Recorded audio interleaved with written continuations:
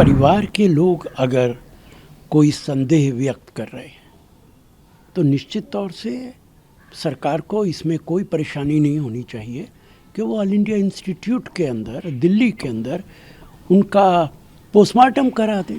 शक और शुबा इसलिए पैदा हो रहा है कि उत्तर प्रदेश के मुख्यमंत्री खुद असेंबली के अंदर ये कह चुके कि मैं ऐसे लोगों को मिट्टी में मिला दूंगा। अगर उसकी नेचुरल डेथ है तो ये सिक्योरिटी बढ़ाने का क्या मतलब है?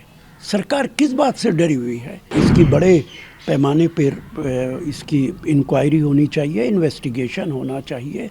ये नहीं है कि किसी का भी उठा के यूपी के अंदर एनकाउंटर कर दिया जाए।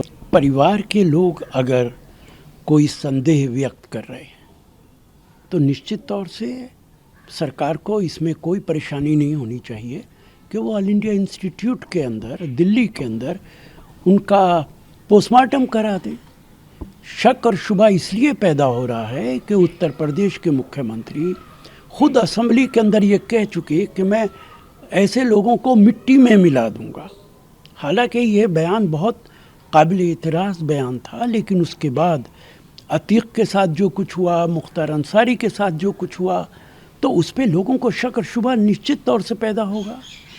और जिस तरीके से सरकार ने पूरे उत्तर प्रदेश में दफ़ा 144 लगा दी, बहुत सारे ज़िलों में सिक्योरिटी बढ़ा दी।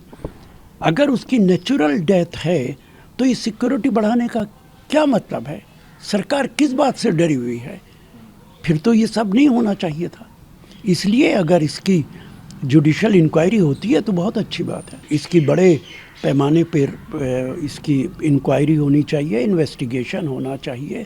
ये नहीं है कि किसी का भी उठा के यूपी के अंदर एनकाउंटर कर दिया जाए और इस तरीके के जितने वाक़यात हो रहे हैं उससे लोकतंत्र मजबूत नहीं होता है। लोगों के दिलो दिमाग में बहुत सारे सवालात खड़े हो जाते हैं।